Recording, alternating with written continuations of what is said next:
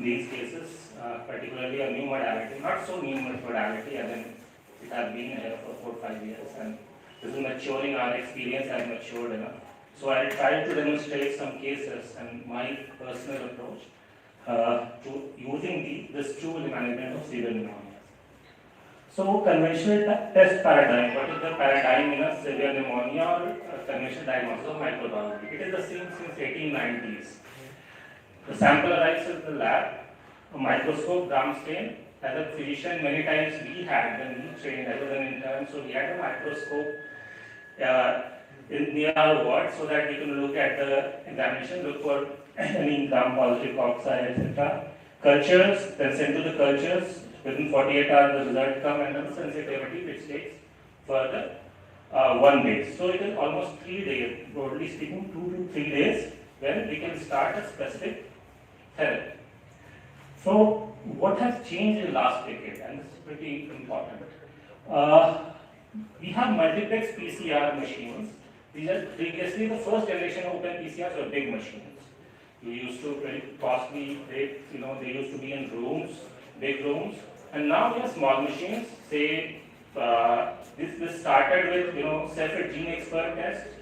So I was doing Gene Expert as a part of my thesis way back in 2010, 11, 12. So I ran a lot of these machines, multiplex and TrueNAT machines as a part of my thesis. So even a small technician, remember I was not trained in microbiology, but we used to run this test, and the reports were out within 1 or 2 hours. That piqued my interest into this thing. So what started as a single cassette, single PCR approach, now that naturally built itself to a multiplex PCR machines, which can easily be done by a technician.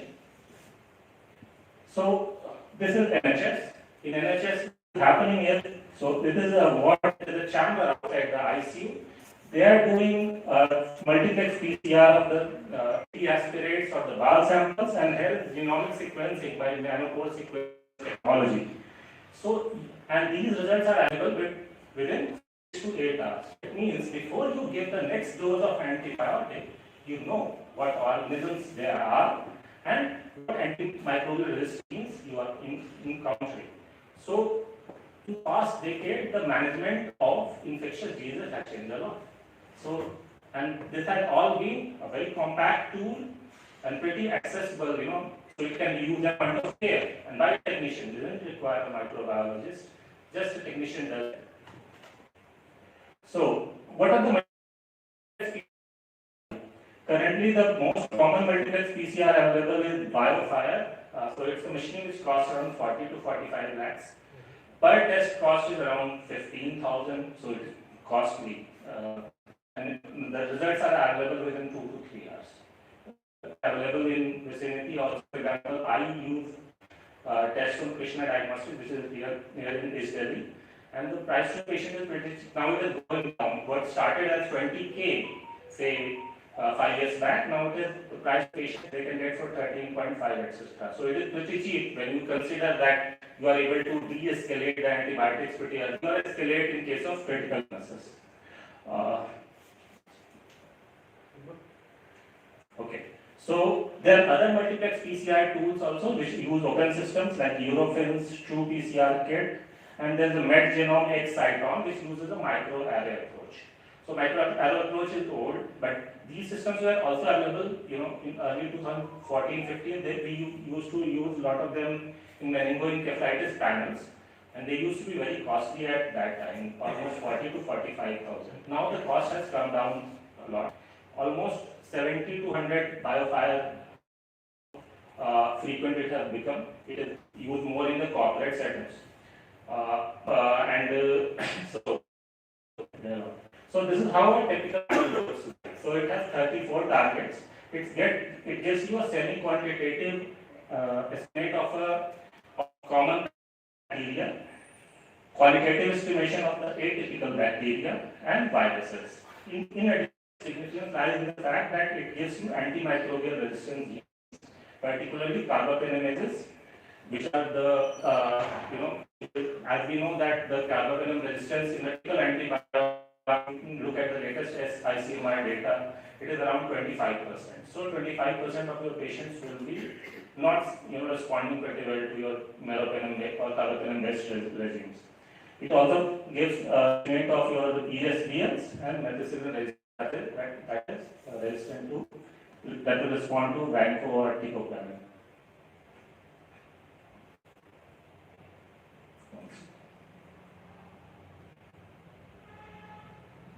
Okay. So I want to go to back to this slide. So since you will be using new tool, so what will the first change you would notice? You would notice that instead of seeing a single bacteria in the culture, you would see a microbiome, just like a respiratory microbiome. So it's a very powerful tool. I mean, obviously, so first thing you will have to do is you will have to look at a relative event. I'll give you examples. I'm just briefing you how approaching it. So you will get a relative abundance. Have to estimate which bacteria is the most important bacteria. You will have to look at the relative abundance. In the end, depending upon the type of sample, since it gives a semi-quantitative estimate as well. So you will have just like a urine. Think about urine culture. So 10 to the power q, 1004 suprapubic aspirate, or with symptoms is significant. So example here in this sample, BAL, 10 copies are significant. In an endotracheal aspirate, 10 to 5 copies are significant. In sputum, 10 to 6 copies are significant. So semi-quantitative estimation on which you make your clinical judgment.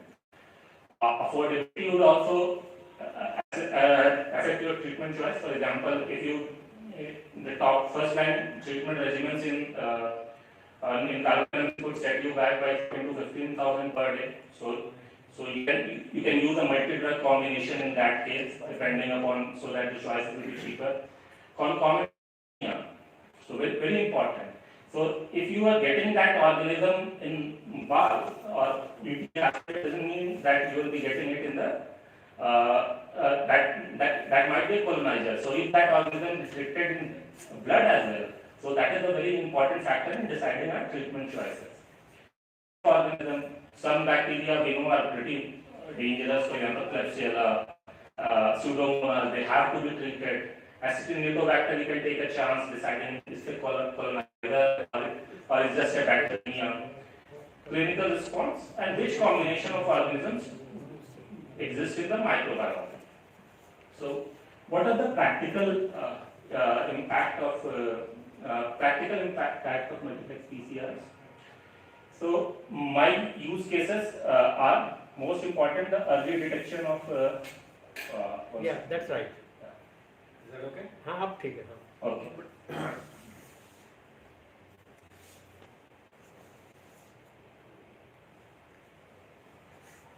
ठीक है पूरा Yes. बड़ा slide show.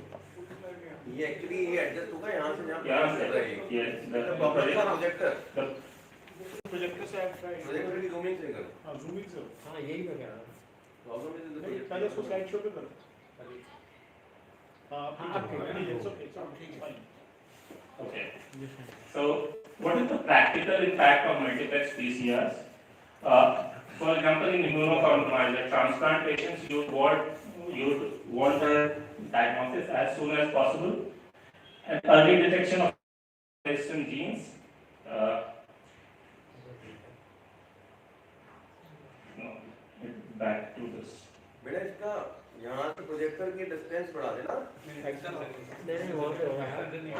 दर्शी करना जैसे कर लेते हैं. करो आप मत करो सर. अबे बीच में तो ठीक आ गया था 2 मिनट से. हो जाए सर एक जूम पे कर दो.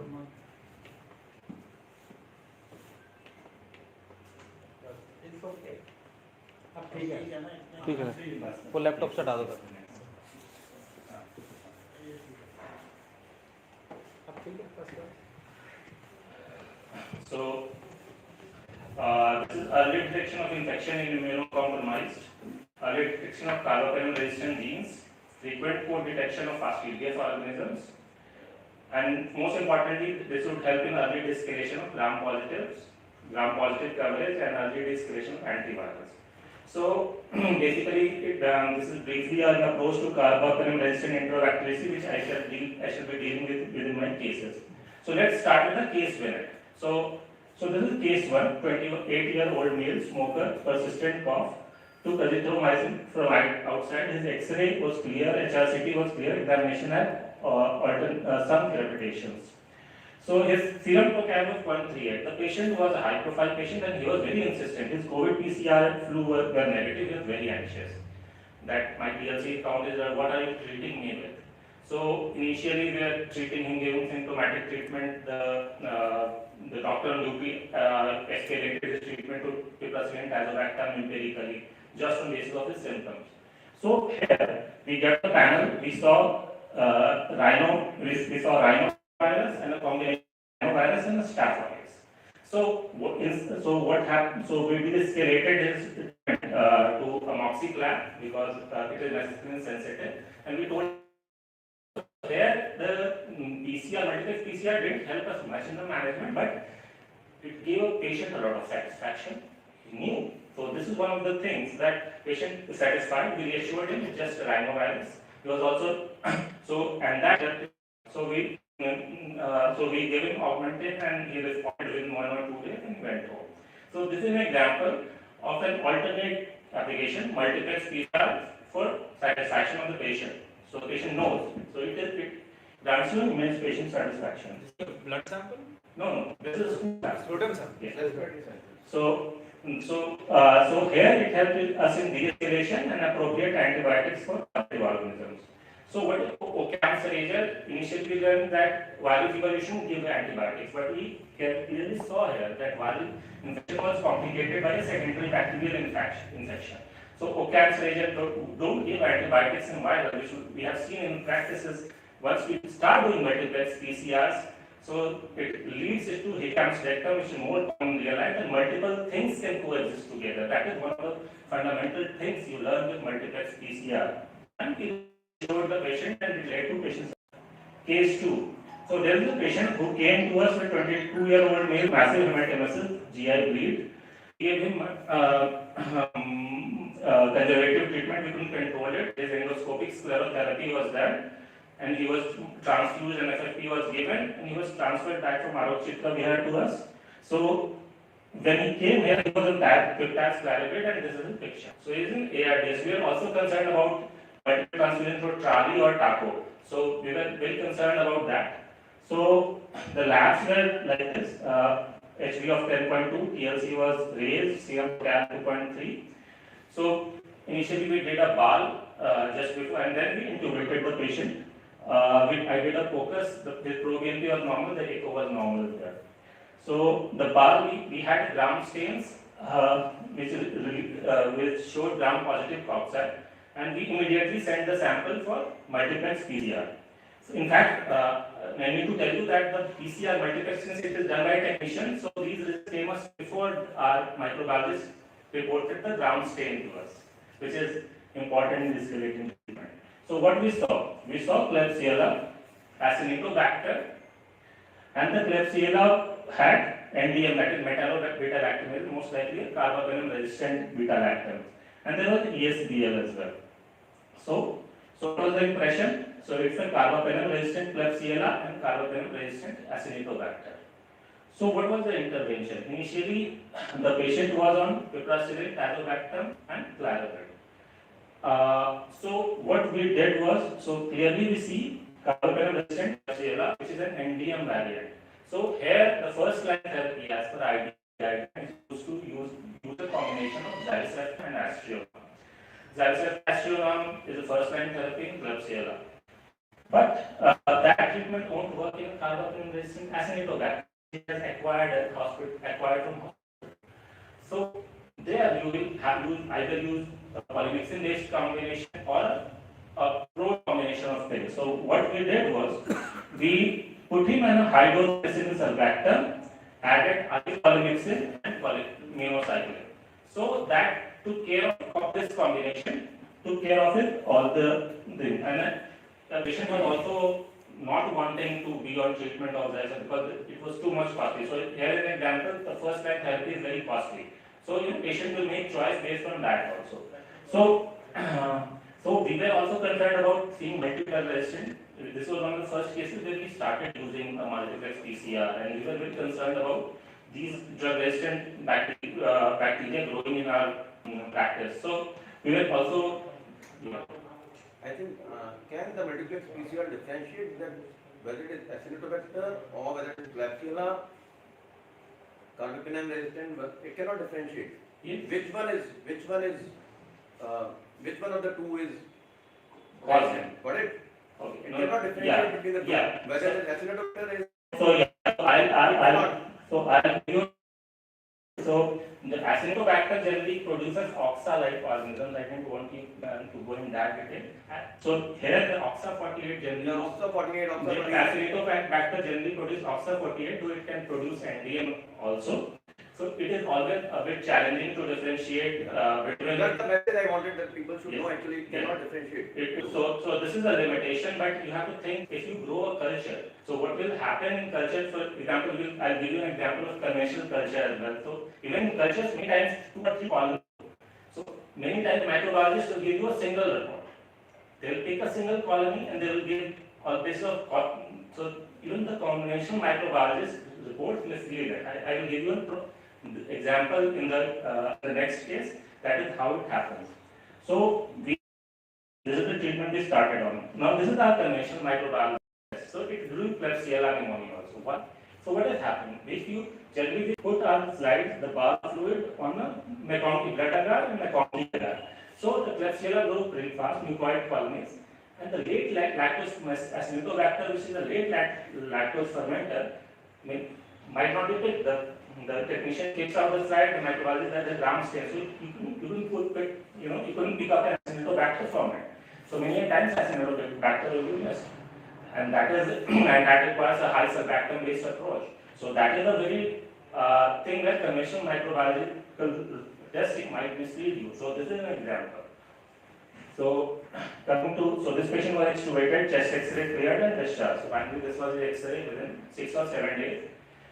So how did it help the patient?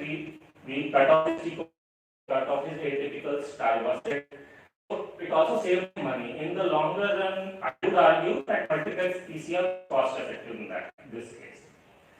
So key points: polymicrobial infection is common and missed on conventional culture. This is rule number 1. Because your multiple colony is growing, your lab might not be good enough. In fact, I would make a point that this test is a very good strategy for a mid-level hospital which doesn't have a kick-ass microbiology setup. So, so here you have a PCR, for example, just like a gene expert test, a mid-level hospital to the, to the level of the standard hospital resistant TB. So you can diagnose with a 2-time test just within 2 or 3 hours. So this gives you a level playing ground.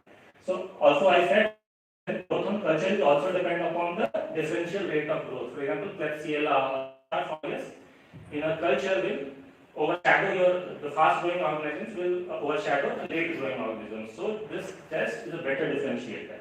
So Acinetobacter early detection will also lead to, if you do a barrier infection control strategies, if you want to incorporate the infection control strategies. So case 3 is type 2 diabetic, COPD, acute exacerbation of chronic bronchiectasis with aspiration. He came to us with hypoglycemia and then developed aspiration pneumonia. So we electively intubated him, he was retaining CO2 and this was the report. So we did a bronch and we sent the report. Here again we saw so this was almost 2 to 3 days after this case. We saw Acinetobacter, we saw Serratia. So this was, and we saw Haemophilus. Now Haemophilus and Serratia are very fast leaders and they grow, very slowly. But Serratia is resistant to carbapenem. So this is an example here. Here we saw NDM and Acinetobacter. So here is an Acinetobacter which is producing both NDM and OXA. So here we got an infection of Haemophilus plus Acinetobacter. The good news is that Haemophilus and Serratia are pretty well responsive to conventional antibiotic amoxicillin, amoxicillin combination to the same Tazobactam. Acinetobacter is again you can counter it by using a high dose ampicillin sulbactam 9 grams IV continuous infusion. So here we are, so it is also a polymicrobial organism, but we are not concerned as much concerned as we were in the earlier infection where we had an MDR Klebsiella or Pseudomonas concomitantly growing with an Acinetobacter. We were concerned about Acinetobacter as in regards to the infection control strategy. So we added polymyxin and polymyxin question nebulization. We didn't use tigecycline, and whenever we get a meropenem and we get an Acinetobacter, we discontinue meropenem because it has been shown in multiple trials that carbapenems are not effective against ampicillin against Acinetobacter at all. So with this strategy, we found out. Now, since we had 2 Acinetobacters continuously in our ICU, so we thought that we need to, fumigate our ICU or, do a strict IPC training. So we did that, and we had this had also a temporal relationship with a co-resident of ICU having an MDR Acinetobacter bacteremia. The patient was having fever. In that patient, we didn't do a multiplex PCR. That was a patient of urosepsis with central line in place. So patient had that. So we fumigated our ICU. So this is an example where we could do an IPC practices pretty early. When the conventional microbiological test done, so we saw an Acinetobacter baumannii, and it was sensitive to most of the organisms. So here we have a discordance between culture and the multiplex PCR reports.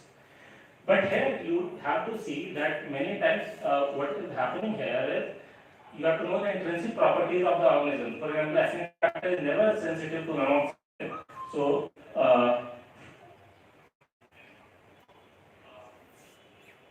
So here, possibly the 2 colonies mixed, the Haemophilus and Serratia. Haemophilus is very sensitive to amoxicillin.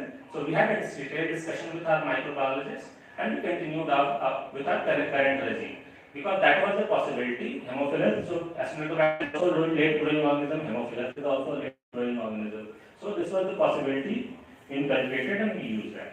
So in fact in multiplex PCRs, each organism, by the value of having each organism on that list, you get to know more about each organism and how to have a strategy to tackle them all. For example, you are going to have a different strategy for Klebsiella, Pseudomonas, E. coli, different strategies for Pseudomonas, strategies for Serratia.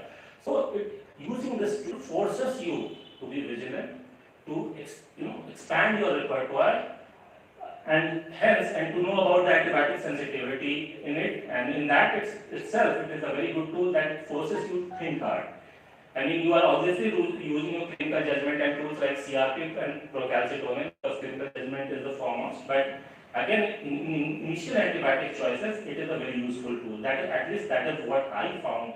My learning has been improving with using this tool and being forced to use, to be, comfortable with the concept of polymicrobiome. So you will be seeing a lot of polymicrobial organisms. So outcome, this patient had a recovery in ventilatory parameters, extubated, shifted to ward, and we discharged. So there is this patient. So key points: microbial growth according to fastidious nature of bacteria. Phenotypic reading will be affected by mixed growth, in this case Haemophilus, and outbreak variation. The final case. It is the last case. So right mid lower zone pneumonia with septic shock. Patient presented, he was on NIV, cardiac markers were elevated, so probably he had a septic myocarditis or hence pneumonia. We did a BAL, we started empirically on meropenem polymyxin. I did the pneumonia was dense, I did an empirical focus on him. Again, ultrasound, I found a shredded and some fluid on it. We were suspecting empyema as well. We added teicoplanin. So by 5 panels, it revealed staph aureus and Pseudomonas. He was admitted 3 days outside. This patient was young. We counseled him. We started on ceftazidime, avibactam for Pseudomonas and aztreonam combination for Pseudomonas, and started a new teicoplanin. So unfortunately, repeat X-ray after 1 or 2 days was similar. So the patient didn't respond pretty well, and thus he had we were giving pretty, costly antibiotics, almost 15 to 18,000 per day. So the patient, the bowel fluid also came to Pseudomonas, which are resistant. And finally, the patient went off the inotrones, but patient went Lama to a government center. So the point I am trying to make is many times when you will detect carbapenem resistant organisms, so we are running out of tools, cheaper tools to handle them. So this is a reality. But we cannot hide. This tool tells us that okay, we are detecting an organism, it is serious in nature, and it helps you to be honest with the patient. So test is not a magic bullet. Sepsis outcomes will be multifactorial. It would also depend upon post response, as we have seen in COVID, and we are entering a post antibiotic era. As we saw RSA pneumonia, Acinetobacter, and Indian Pseudomonas together. And what intervention you do post test, that will affect your outcome. For example, you diagnose a gene expert drug resistant TB, but you don't give bedaquiline, so your outcome will be not good. So these are various factors. So as I said, that discrepancy is on the culture and biofile multiple. However, there are some targets which are still not on biofile. For example, Stenotrophos maltophilia, which is drug resistant, Chromobacter, which are drug resistant, carbapenem resistant bugs, which are still not on biofile because they are not that prevalent in West. Mycobacterium is not detectable. The fungi are still not detectable. And the final frontier is genomic sequencing at point of care, as I showed. We are undertaking a project in Santosh, so we will be doing a genomic sequencing, and these tools will be available at cheap care in almost 2 or 3 months in India. So what are published, I'll give you a brief overview of published literature from India. So this is data from Fortis Noida. You would say Acinetobacter is pretty common there as well, almost in the community acquired pneumonia, staph, strep, and Haemophilus. In Acinetobacter and in hospital acquired Klebsiella and Acinetobacter are common. So this was presented in ISICM in September 20, and this is data from AIMS. They published in a COVID search. So only I found 2 published literature from India. I just look at literature to have a confidence that what we are getting is similar to the trend which has been being observed in the corporate and tertiary hospitals across India. So conclusion, multiple PCR at point of care is turning out to be a game changer at point of care in multiple ways. Antimicrobial stewardship and infection prevention and control practices. Thank you. Thank you, Dr. for the excellent presentation. I think it's a wonderful tool, and it's in a lot of situations, it's kind of saver for us also and for the patient also. I think we should gradually, as the cost will come down, we should start using this tool more. If you have any questions, you can ask 1 or 2 questions, and we can do the second case. Dr. Sir, Yeah. in the Good afternoon, everyone. Dr. Sir, in the third case, when you showed the X-ray, I thought maybe this cardiac shadow was not normal. Did you get an echo done just to rule out some tuberculosis or something like that? Because it was not looking smooth to me. So this is so patient had a TR. Patient had a moderate TR. We generally I do with point of care ultrasounds and echo as the ICU itself when the patient is ventilated. The patient responded. Patient had a moderate TR and PAH at presentation. Even an old COPD patient with multiple admissions. Yeah. But that does not explain us the outline of the heart. So gene expert, for bowel we give a gene expert, but the echo was normal. With a PH. Otherwise, it was normal. So And pericardium was normal. pericardium was normal. The gene expert was negative. The pericardium was normal. And patient had a very short history. He had diabetes. He had hypoglycemia. He aspirated and ended. And he was just 30 years of age. The last patient was 43 years. Probably 43. Last, I thought it was 20. Acha. Another thing is the radiological resolution will take some time, No, it is not Second about- day, we can consider that radiological. No, I am X-ray not report. talking. I am not ये talking about relation की that. आई है कि multiplex PCR की class में भी cardiac shadow देती है madam this is I of physician आप देखें वापस लगाएं लास्ट वाले को लगाएं. Okay. You are suspecting pericarditis. Maybe because it was not resolving, could have been some tubercular type of a pathology. So that is why I thought, because the outline was not very sure. And if you will check it again, you will find out in the last case.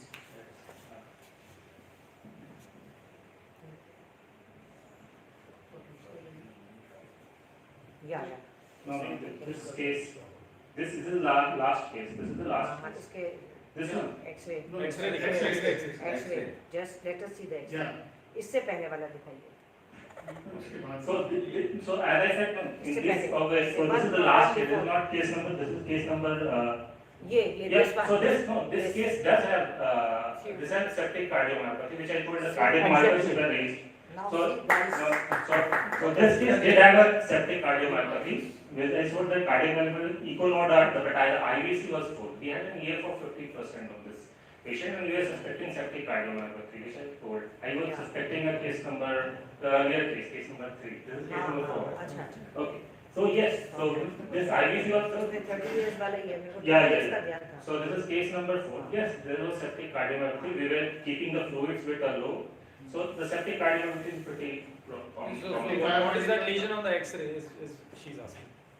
What is that lesion? Dr. Anupam, septic cardiomyopathy is low ejection fraction in sepsis. Yeah. Which lesion? Middle lobe involvement है इसके. Yeah, middle lobe, we found, we did a point of care lung ultrasound, so we had some, it was fluids as well, probably pneumonia was leading to thymus staphylococcus pneumonitis for causing very dangerous bacteremia, and it was, he had concomitant pseudomonas as well, he was transferred from other hospitals. At our hospital, we generally do Hospital a, acquired. pardon me? Pseudomonas means maybe he had a hospital. Yeah, pseudomonas, Klebsiella, these are the most All common are, yeah. acquired organisms. Acquired. Thank you. Very interesting. Thank you so much. Thank you. Thank you. I think there is very good learning from this case presentation. I think many of us are not using this multiplex PCR. We used to hear biofire, or is used right, left, and center in top end hospitals because it gives you organ immediate and straight. Like even for GI sepsis, so many GI sepsis get admitted with us. We send their stool culture, we do not find anything. If you do biofire, you will have the whole microbiome reflected in that and be able to decide which is the positive organism. So there was an era when PCR was being done, it must be defined by weak physicians. So I did my thesis on SCV genotyping. This was 94, 95. As Anupam is saying that we did it in 2000, so 2010 I think. Yeah. So these PCR based tools are, and now we are realizing after COVID that how important these gene sequencing is going to come. So that is the future. You are going to decide that whether that particular person is going to respond to particular antibiotic or not. You are going to decide by the genome sequencing of the microbiome whether this particular antibiotic is going to be active in him or not. So it is a wonderful tool. Now it is available for 14,000-15,000 rupees. Is pretty handy because ICU budget of per day. One, you are saving life. Second, you are saving ICU admission day. Third, ICU budget even in level 2 hospital. I call my hospital level 2 middle. And level 3, right? So level 2 hospital ICU expenditure is 50 to 60,000 rupees a day if patient is on NIV or maybe on ventilator. So cutting on number of days, saving life. So it is a wonderful tool to be guided. Obviously, you have those 48 hours which are very crucial. You are hitting the patient with everything. You do infuse antifungus, you do gram-positive coverage. But if you are knowing in the backup that these are the organisms that you surely need to cover, probably will be handy. When you are sick, you are ill, you would like this tool to be utilized, and why not pass it on to when your patient is sick? It is very important. Just would like to raise a point. Genome sequencing is probably the past decade was of PCRs. Now, India shows we, generally catch up with the West, costs are lower. So the West is, very hooked up on genome sequencing. Fortunately, even in India, in 5-6 months, you will have a point of care genome sequencing test available. I've been working on some of those tools. We are seeing the results. We'll publish a paper within 2 or 3 months. And after that, within 3-4 months, because a lot of people who are trained in the US who have done a lot of gene sequencing have come back here and they are doing their work. With COVID, we did some genome sequencing in Omicron. that market and that sensitization, a lot of investment has gone in biology and it has come up. So you'll be seeing a lot of, changes in that area. This way. Thank you. Thank you. Very good. Very nice. Thank you, Dr. Anupam. Without any further delay, we'll progress to the next talk. Topic is an interesting case of jaundice, and I would request the two chairpersons, Dr. Makkad, I guess, you're the chairperson for this talk. I request you to introduce the moderator and the speaker, so that we can proceed. The moderators.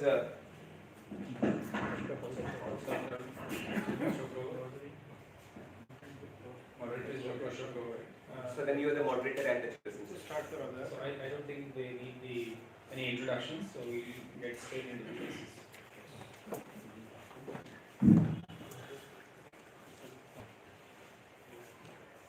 So in this meeting, we have three people from West Ghaziabad. Myself, Dr. Anupam, and Dr. Ashok from Ambe Hospital in Ghaziabad. So I think EDP is standing now, right? Very good. So I think we should. Ghaziabad was always in the. Yeah, main Ghaziabad. Sir. I think Ambe Hospital, I think almost 20 kilometers from this place. No, 15 kilometers. More the merrier. Right. So I think when the EDP started, so I think Dr. Gira is there. But Gira used to have 4 or 5 people in EDP, and they used to discuss few interesting cases, few different cases like this. So follow the same practice. So when I present the case, I see the normal cases where physics is just started, right? And because I'm a fortunate, I'm opportunity that I am in a tertiary care, so industry में जाते हैं, लेकिन आप देखेंगे कि sometimes primary care setting में industry में आते हैं, and sometimes we don't know diagnosis as Dr. Anupam said, that patient had lama, so sometimes we lost the patient, don't know what the diagnosis is. Lost very fast. But actually, the thing is how we approach this case, that's very important. Exactly. Dr. Gira is always there in maths, and we just learn very basics from him, right? Do some basic study, and sometimes most of the time we teach for diagnosis, right? But you have a very simple case, right? But where we stuck, and definitely we discussed where we stuck.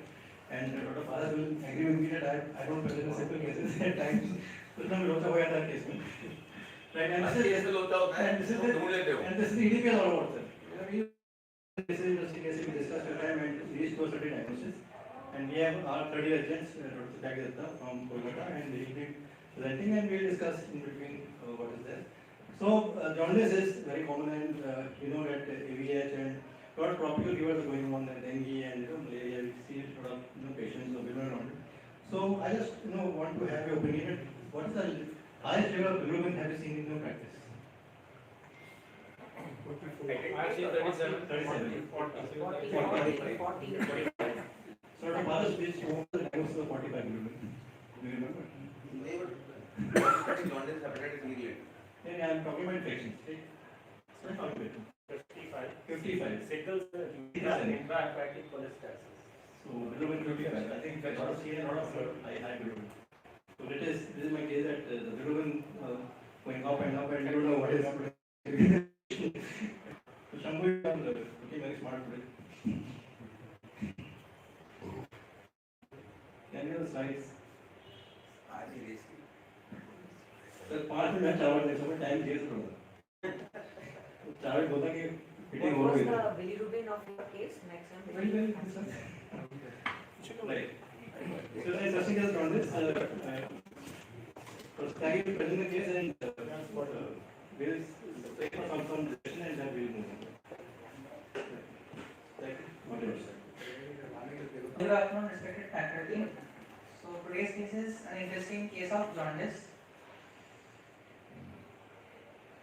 So 66-year-old male resident of Uttarakhand was admitted in the emergency at Max Hospital on 30th August 2022 with complaints of persistent fever since last 7 to 8 days, abdominal pain, generalized weakness and decreased appetite, yellowish discoloration of eyes and urine, and altered sensorium since last 1 to 2 days.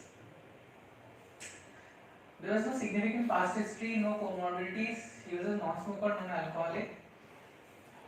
On examination, pulse rate was high, 120, BP 90/60, temperature 101 degrees Fahrenheit, Icterus was there. There were no palpable cervical axillary inguinal nodes. On urological examination, he was drowsable and moving all four limbs. There were no signs of any meningeal irritation. Per abdomen, there was a tenderness in the right hypochondrium. Liver was palpable 2 centimeters below the midclavicular line. And there was a right-sided scrotal swelling, which was tender. So the provisional diagnosis at this point of time is A5 with altered sensorium and hepatic encephalopathy. So we have tried because patient had fever, short history of fever 5-7 days, and on examination was jaundiced, and she was in it, he was altered sensory. He was conscious, right? Arousable, but there is some sort of altered sensory. So we thought that probably some liver involvement is there and some viral hepatitis going on. And there was patient on non-alcoholic, and there was no diabetes and any comorbidity. What swelling you were saying? Scrotal Scrotal swelling, right? Yeah, closer there. But she has the text. Right, scrotal swelling, right? And interestingly, physician could pick up because sometimes we don't pick it up in diagnosis. So a lot of cardiologists examine the patient at least. So that sometimes you could miss something, right, in the examination. Okay. This is hepatic abuse. Okay. Routine laboratory examinations on day 1 was HB of 10.4, total count of 13.6, platelets of 140, urea 73, creatinine 1.3, sodium 110, potassium 3.9. C-reactive protein was 44.2, procalcitonin was 5.4. Liver functions, total bilirubin was 8.6, direct 8 and indirect 0.6. OT 150, 51. With this report, I think the patient having jaundice and diet patient has a minimal, marginally elevated ubiquity 140, 150. It's disproportionate, I would say. Bilirubin of 8 and LGBT 141, and this could happen when the patient has having only CAD. Like suppose having chronic liver disease, and on top of it, the patient doesn't have that. Is the SGOT 51 or SGPT 51? This is SGOT 141. SGOT is higher than SGOT. Right. Yeah, this is. Right. This is AKI patient already in AKI because of he has to have blood pressure was 90/60, not patient diabetes. But this is pre-results on AKI. Procal 5.4. Cirrhosis leads to increase in the SGO. All cirrhosis. Yes, all cirrhosis. Only alcoholic hepatitis leads to OT more than the PT as compared to the other hepatitis. But if the patient progresses to cirrhosis, then always the OT is more than the PT. So the patient has no history of valve, no history of weight, no any history of jaundice in the past also. So there is no history of chronic hepatitis. This is the cycle, right? Procal is 5.4. Alkaline phosphatase. And INR says cirrhosis not there. That's not high. So we not Mildly raised. Still not It is mildly there. raised, not. Ammonia is high. So only normal value is around 80, 85. Right? So Why the hepatitis A? Albumin level. But your Albumin is INR normal. Sorry? Albumin is initially normal. Even albumin and alkaline phosphatase normal. Alkaline phosphatase also normal. It is mildly raised. Alkaline phosphatase is mildly raised.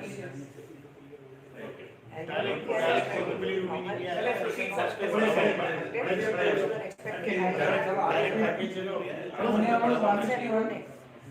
Urine was RBC was 20 and WBC was 4. Infecting markers are all negative. So we have probably known whatever that Anupam is saying that Procal is high, the Procal fever is not high. So we just did test. But interestingly, Procal was positive. My God. 5.3, Procal was 5.3. So that is very strange. Culture for sterile. Even is also RBC. Culture for sterile.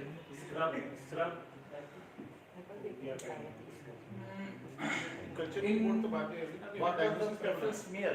Culture report ही 2-3 दिन में आती है लेकिन diagnostic सही बात की report है क्या Pankaj, preference smear was done.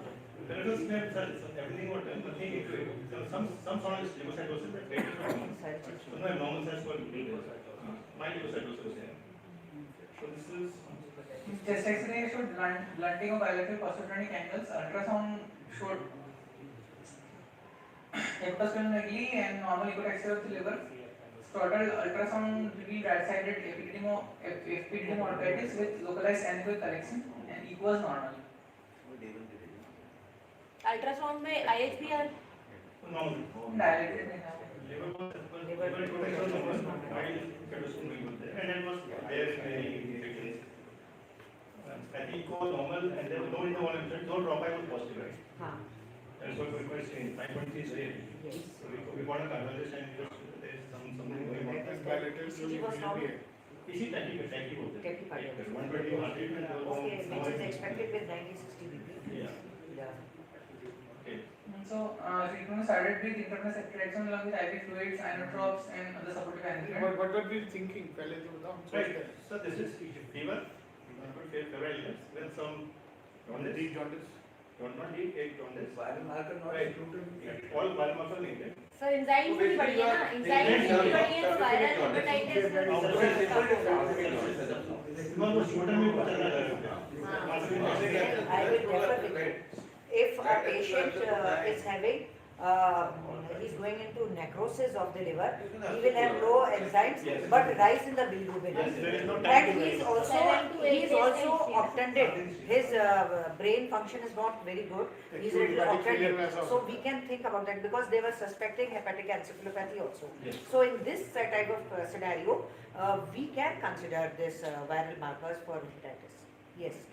7 to 8 days में नेक्रोसिस पहुंच Sir, गया A, है, B, C, सारे जितने नहीं तो क्या पता वो नेक्रोसिस पहले बढ़ गया और अब आपके पास आया हो तो sir ABCD sir negative negative.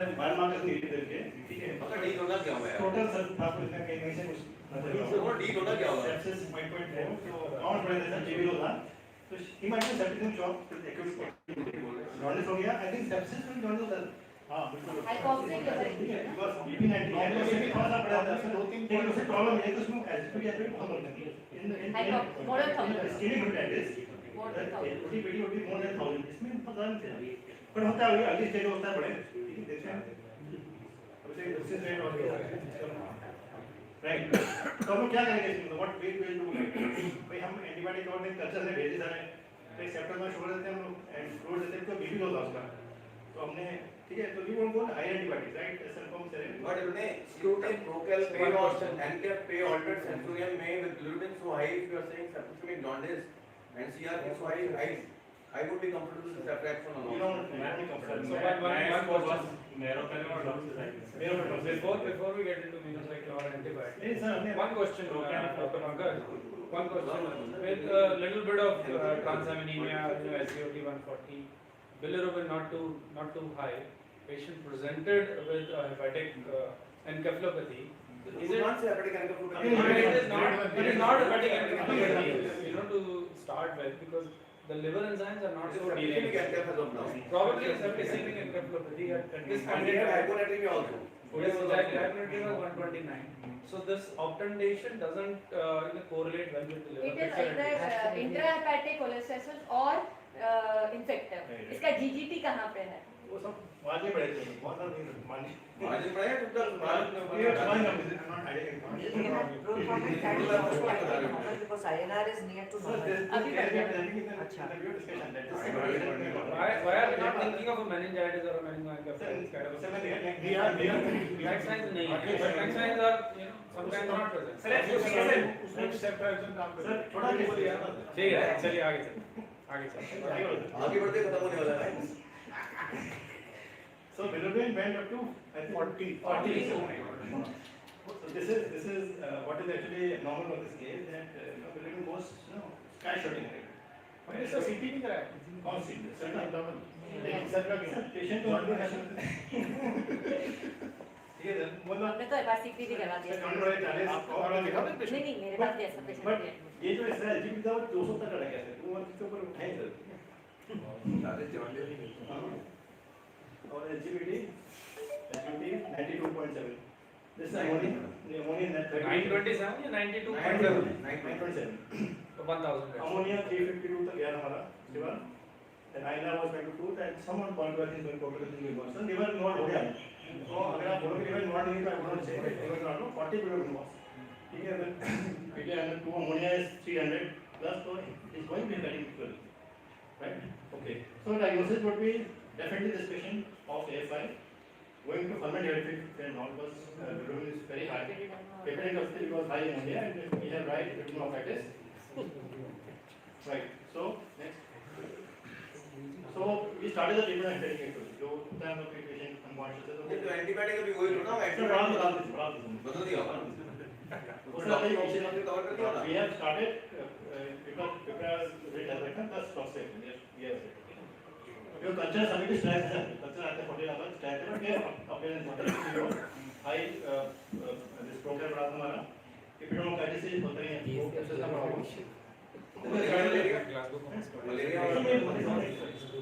so we have started the treatment of hepatic encephalopathy because patient come conscious like So, we had started with NSL infusion with osmotic laxatives like lactulose, Mercilin, like rifaximin, and but in spite of these measures, the sensorial continued to deteriorate. Then he had an episode of seizure and the EG showed epileptiform spikes, so antiepileptics were also added. Gradually, his sensorial seizures in hepatic encephalopathy. Everyone, right? Seizures are common in hepatic encephalopathy. No, not very common, but they are present. They are present, not very common. Not very common. Not very common. Not very common. पहले बेहोश हो जाता काम था और electrolyte imbalances are common in that Very common. plus in the end cerebral sir definitely हमने फिर उसको वेटेड किया फिर एमआरआई का बड़ा इशू थे कि कुछ चल रहा दिमाग के अंदर दिखा हमने एमआरआई क्या नाम को Similarly, hyperintense signal intensity with gyral swelling with bilateral parietal and in the bilateral parietal and temporal lobe, and the possibility of press was considered. So press is very important. Possible posterior versus encephalopathy. Normally we should see patient with eclampsia or patient having something, but उसमें hepatitis form होता है. Patient इसमें hepatitis form होता है patient को. So press. So हम लोग बस मतलब ढूंढते जा रहे हैं मतलब because we not heading towards some diagnosis. Consequence है ना उसको problem नहीं है उसमें. I don't think this is primary diagnosis. these are secondary thing press is more secondary thing Right. Okay. Second. Progressive important with this no. We call it nephrologist. Nephrologist में यार निकाल भाई ये तो इतना ढूंढने पड़ेगा क्या करना है? Gastroenterologist. वो तो देख लेंगे गैस्ट्रोनॉल डॉक्टर सब को लोग मिलता है हम नेफ्रोलॉजी बोला कि नेफ्रोलॉजी बोला कि डेटा देखे हो रहा है जोड़ने पड़ रहा है तो हम कुछ ऐसा कुछ करें जैसे मतलब मेरा व्यू था कि प्लाज्मा एक्सचेंज कर दें और मैंने एक पेशेंट को प्लाज्मा एक्सचेंज किया था उसको डीसीपी डेफिशिएंसी था एंड उसको जब थोड़ा नॉलेज था उसको patient is going to do कैलोपैथी तो हमने प्लाज्मा एक्सचेंज किया पेशेंट थियोरी में पेपर भी पब्लिश हुआ है मैं आपको बताऊंगा तो हमने कोई ना प्लाज्मा एक्सचेंज किया है अब प्लाज्मा एक्सचेंज बिना किसी डायग्नोसिस के मतलब इतना जॉन्डिस से प्लाज्मा एक्सचेंज पहले वाले किया था उसको रीनोपैथी हो गई काफी बड़े बड़े अपने बहुत काफी ऊपर हुआ था तो काम से भी ठीक हुआ था तो उसने सुना से हम काम में से इंट्रोडक्शन बोल इंट्रोडक्शन बोला कि इसको हेमोडायलिसिस कर दो लेकिन हेमोडायलिसिस फायदा नहीं होता तो हेमोडायलिसिस से क्या फायदा होगा तो ये निकाल दो हेमोडायलिसिस से बिल्कुल कम है मैंने कर लो तो दो हेमोडायलिसिस करे उसकी बिल्कुल का 18 30 हुआ फिर उसी के साथ हो गया मैंने इसको छोड़ देते हैं हम प्लाज्मा एक्सचेंज करते हैं हमने प्लाज्मा एक्सचेंज करते हैं कन्वेंशनली तो टीटीपी में फ्लैक्स करेगा या कोई ऑटोइम्यून फिनोमेना एंटीबॉडी से तो हमने टेस्ट कर दी थी तो हमने 4 साइकिल्स के टेस्ट करी थी and then you see the result okay बिलोबिन 40 से वेंट टू फर्स्ट से 32 आ गया पहले से रियल नहीं है सेकंड से 23 आ गया थर्ड से 14 आ गया फोर्थ से 75 आ गया एंड आफ्टर 2.4 आ गया क्या हो गया प्लाज्मा का छोड़ का डे कौन सा था मतलब किस दिन किया हमने प्लाज्मा ये जब 40 वाला 40 ऑन 5 सितंबर 5 6 सितंबर पेशेंट तुम स्लाइड उड़ाते जाओ बताते रहिए. 7-8 डे Ammonium हो गया so also came down. So this is with plasma exchange. वो आफ्टर था यहां से ऑटोइम्यून वायरल मार्कर्स भी नेगेटिव थे ये सेमे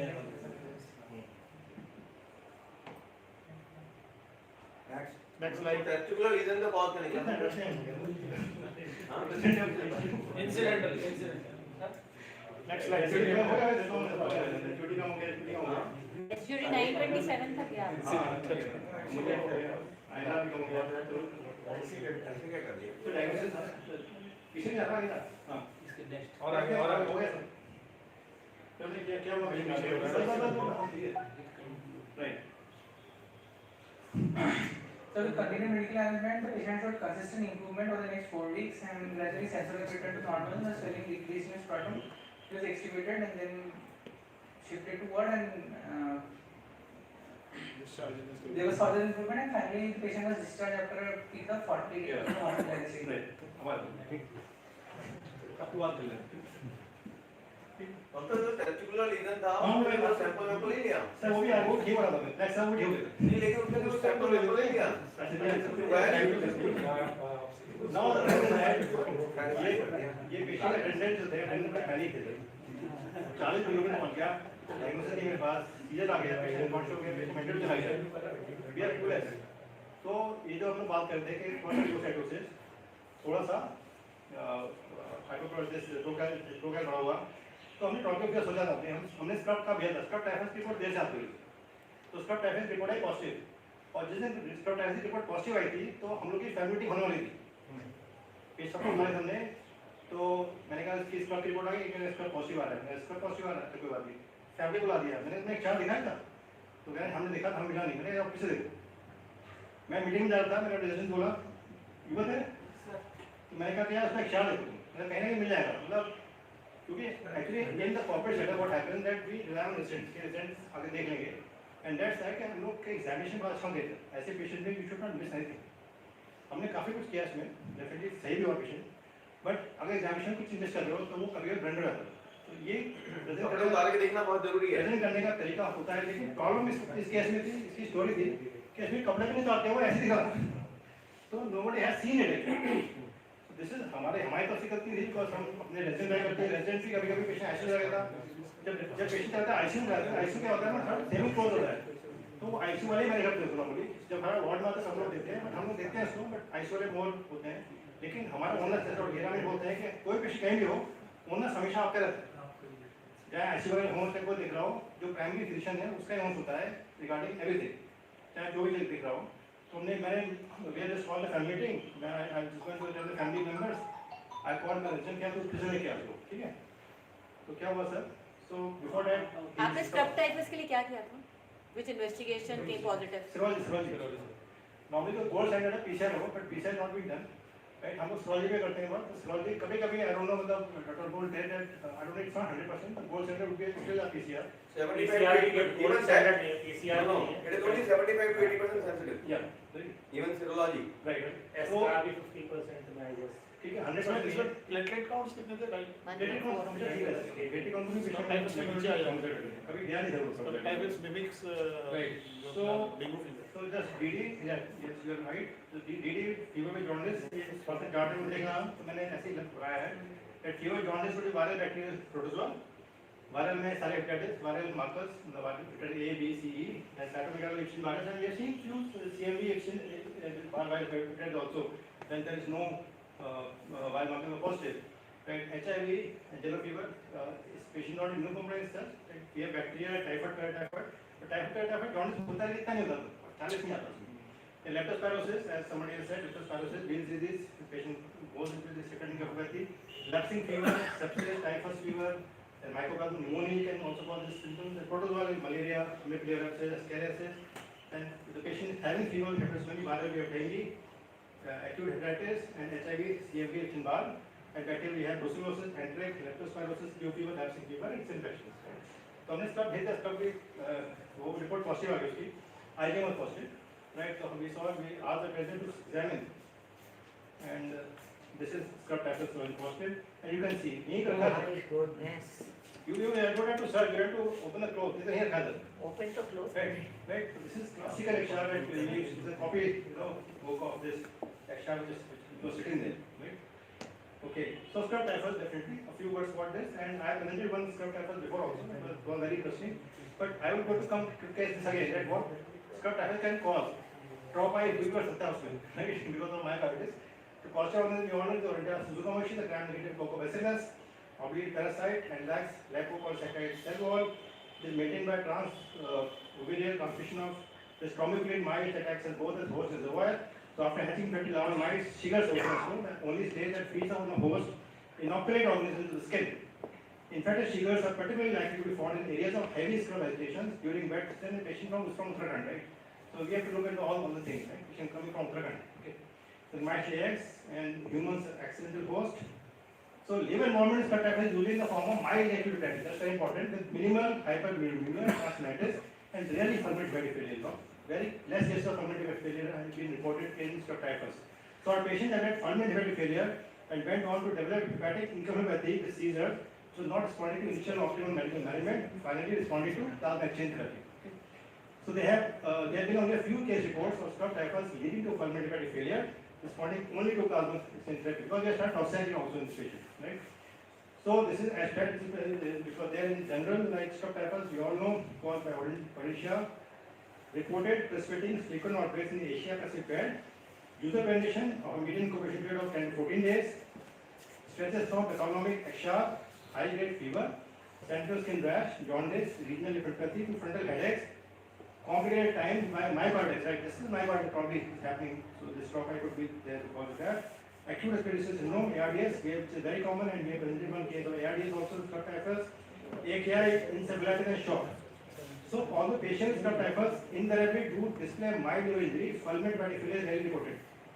We describe here in the case of fulminant hepatic failure. In general, this plasma exchange, you all know what is done. So one case report by Jagadishan et al. Was an elderly male with 20 with fever, jaundice, and progressed to flying encephalopathy.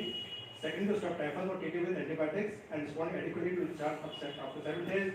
A case report Gaba et al. 27-year pregnant female who presented with fever, jaundice, fulminant hepatic failure, encephalopathy, and dead fetus, who despite optimal medical management succumbed to infection on 4th day of admission. This is a very scary at times. Sir, आपने ड्रॉपाई भेजा क्यों था उसका in the first place? Why did you send for ड्रॉपाई? Routine ड्रॉपाई. ड्रॉपाई sir. Right. 67 years, some mild, some subtle changes, changes, we cannot ड्रॉपाई है.